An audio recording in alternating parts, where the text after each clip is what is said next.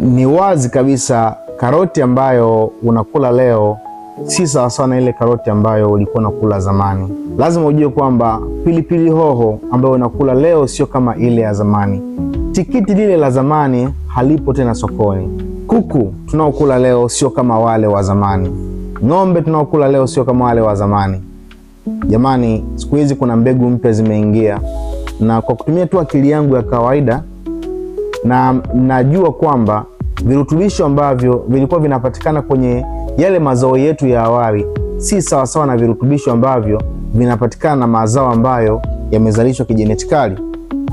Ndio maana siku hizi magonjwa yasiyoambukiza yanazidi kuongezeka, ikiwemo na saratani, kwa sababu tayari ubora wa vyakula ambavyo tunaula sio sawa sana ule ubora wa zamani. Ndio maana wanasema kwamba wazee wetu waliishi muda mrefu sana, walikuwa hawaugui hayo magonjwa, ni kwa sababu walikula mbegu za asili, walikula vyakula ambavyo havikubadilishwa.